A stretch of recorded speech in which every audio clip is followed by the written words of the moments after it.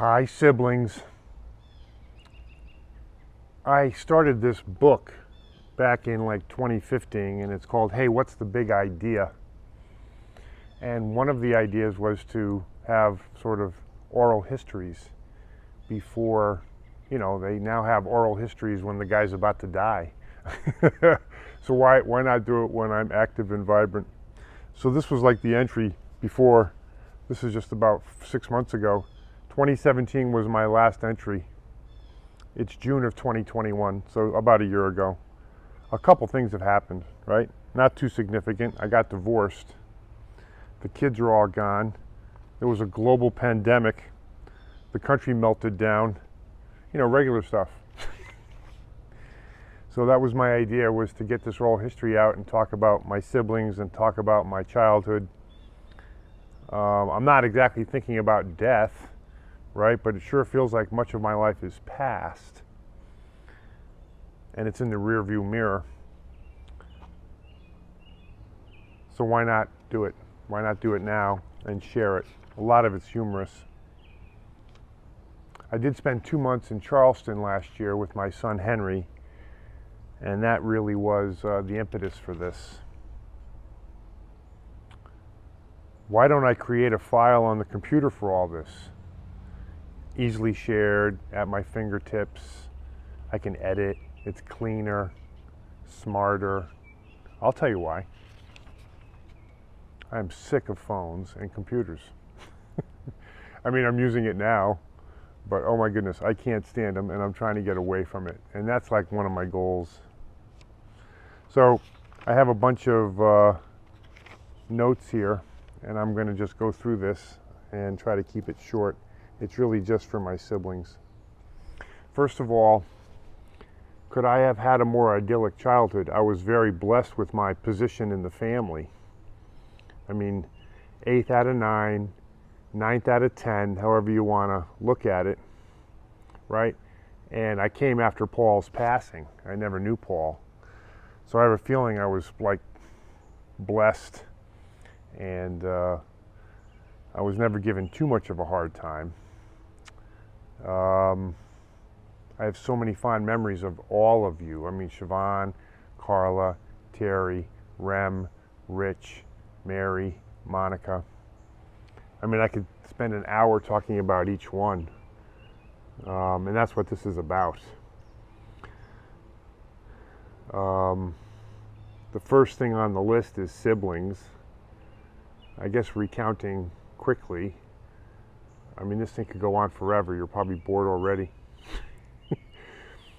I shared a room with Siobhan for several years. I think that's when Grandma was in the house. She was always so organized and so positive and able to motivate. At least that's how I remember her.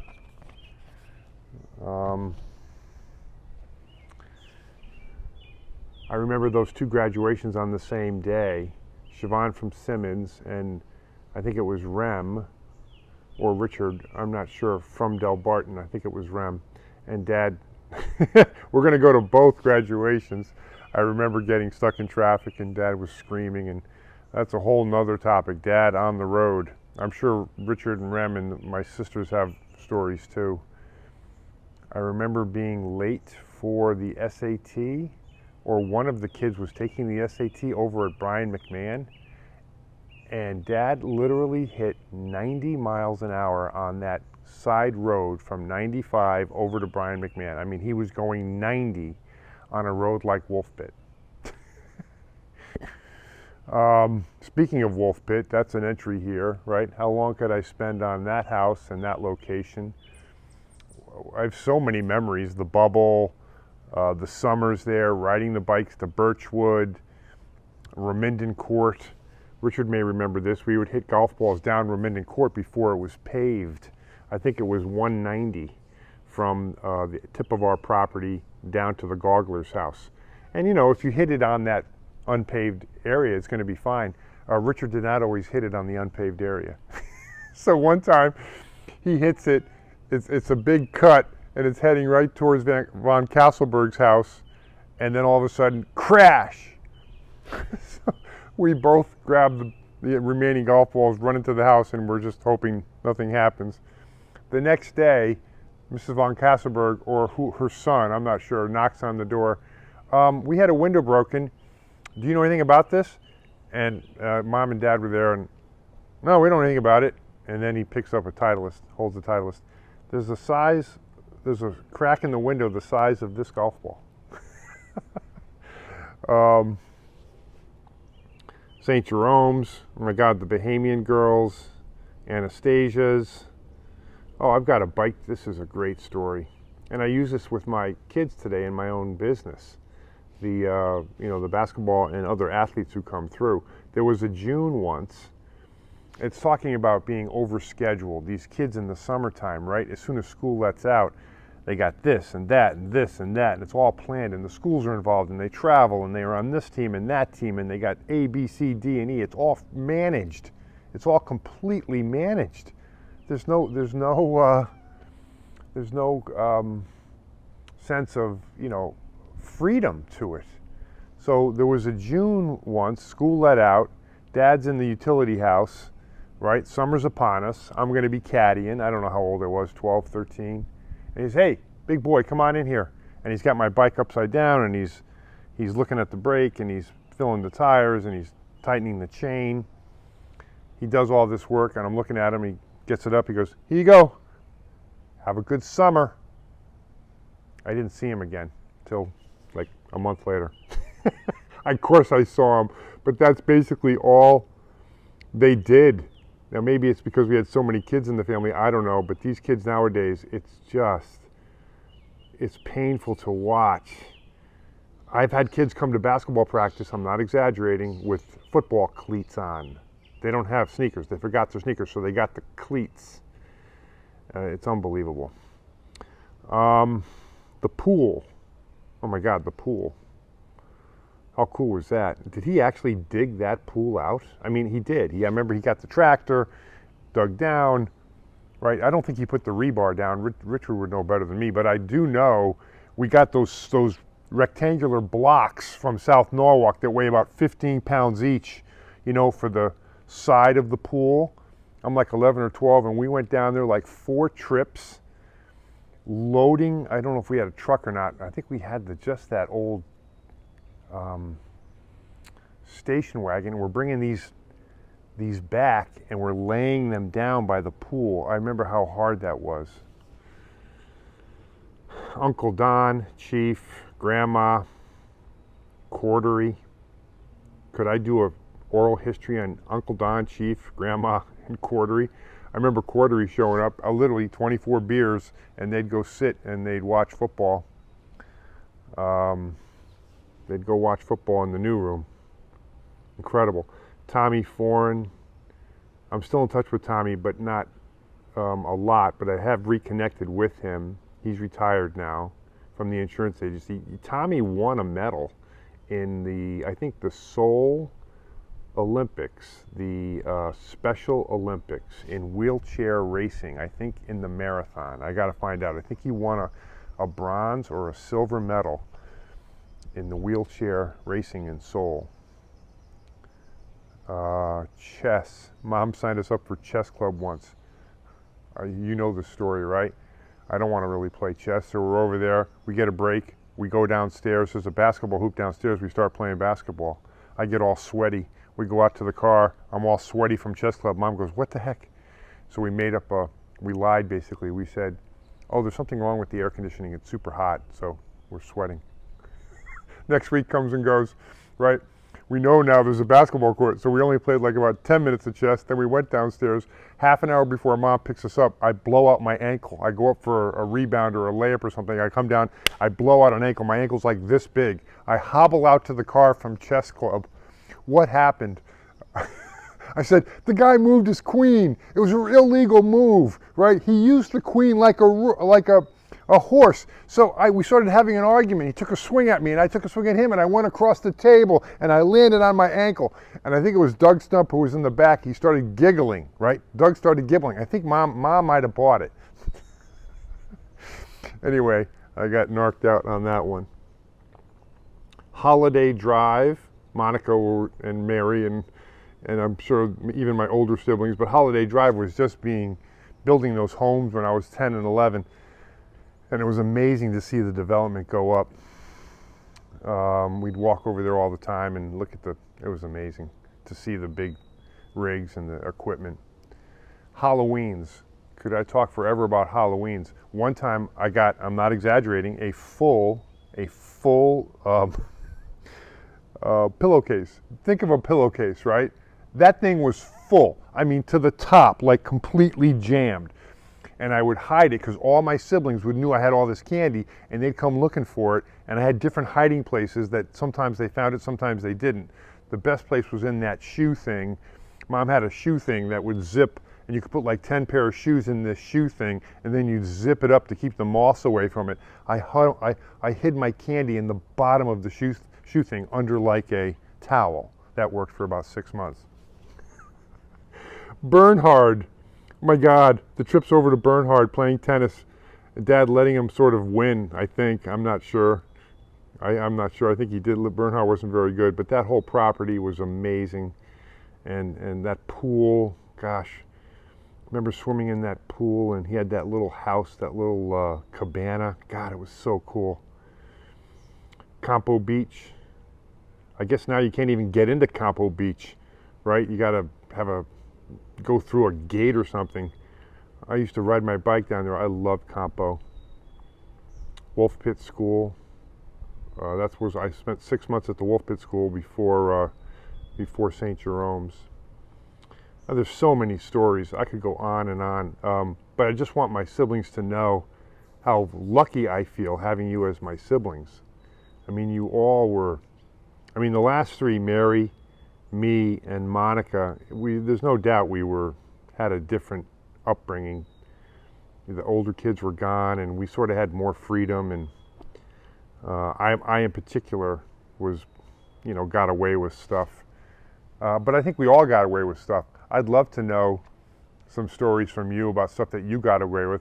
The one that just comes to mind is when I tried to take Dad's car out. He just bought that Oldsmobile, and I wasn't allowed to use it. I had a date with Val, but nobody knew this. I was going to pick her up at 11 o'clock at night. Right, her parents were asleep. The dad just passed away this year, age 94, Mr. Spangle. So I take the car out, and that garage door was making a really loud noise. So I got out of the car to run back to turn it off manually, and I didn't put the car in gear. And the car takes off down the driveway. It's heading right for the wall that Mom has her garden at. Right, it's gone, this car's gone. So I start running after it. The angle of the tire is such that the tire hits that wall first, boom, and the car goes up in the air and lands on that big evergreen bush that Mom had in that garden. You remember that evergreen bush? And that whole long garden along the entryway? So the wheels are going like this, but it's like on its chassis. The car's like on its side. I shut the garage door off. I run. I turn the car off. It's literally leaning on this evergreen bush. I run upstairs. Richard's studying for law school. I go into the room there. I go, Richard, the car, the garage door, it hit the fence. Richard's looking at me like, what the hell's the matter with you? I go, come here. So he comes downstairs and he goes, holy shit. So Richard, being like the mechanical genius, he goes, I think I know what we can do. We take the jack out. We elevate the vehicle off the chassis, off of the wall, so it's off the wall by like this much. We take a couple of round logs. We put the logs underneath the car between the chassis and the wall. We take the jack out. We start it up. I think I'm pushing and Richard's driving or vice versa. And we reverse that thing off the wall. It hits the driveway and bounces. Boom, boom, boom, boom, boom. Not a scratch. Not a scratch. Except Mom's bush is destroyed. Mom's bush is destroyed. It's like sideways and bent and dug out. And Richard looks at me and goes, that's your problem. And he leaves. I'm out there till 3 a.m. digging and moving dirt and getting prickles and stuff in my eyes and my arms. And I get a couple of cinder blocks in there. I'm jamming the cinder blocks in to try to prop this thing up. It looked reasonably okay. The morning comes, nothing. She doesn't say anything.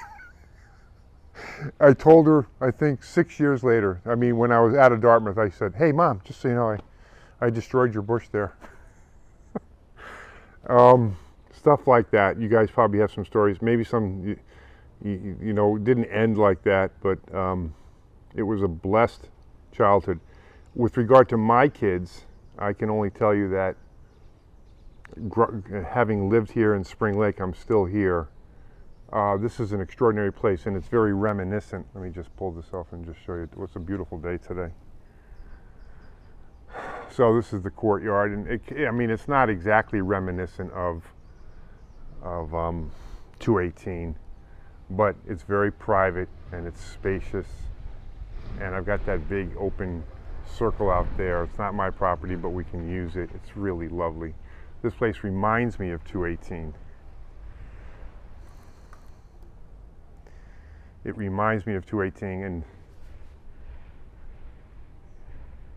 being able to create something similar for my kids was a complete blessing. I lament the loss of privacy. Like, it's just incredible how everything is so connected now, and you can't do anything without people knowing, and the privacy's gone. So it's hard. It's hard, but we all deal with that. So it's better in some respects and way worse in others. So that's my little, and it's really little. What is it? I'm at 17 minutes. I mean, there's so many things to go through. The new room, football in the backyard, those willow trees, Chief's place right next door,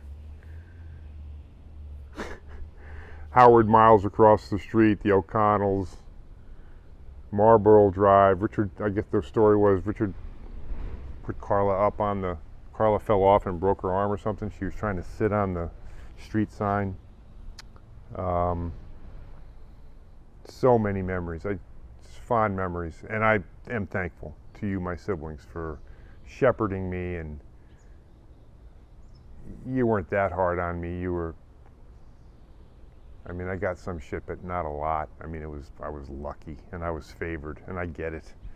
But I hope maybe we can get together. I know there's a family reunion in the offing. I think I'm going to sell this place, but I'm not sure. I really am hesitating. Why would I sell this place? I know it's too big, but I love being here. So why would I sell this place until I can't do it anymore? So anyway, I love you.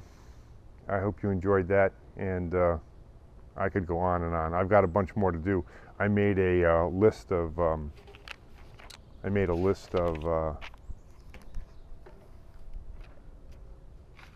other. Yeah, there's a whole thing on Birchwood, Pepperidge Farm, Shore Haven, Shady Beach, Monica getting stuck at the beach with Andy. Hey, Monica, tell us about that one. That was pretty good.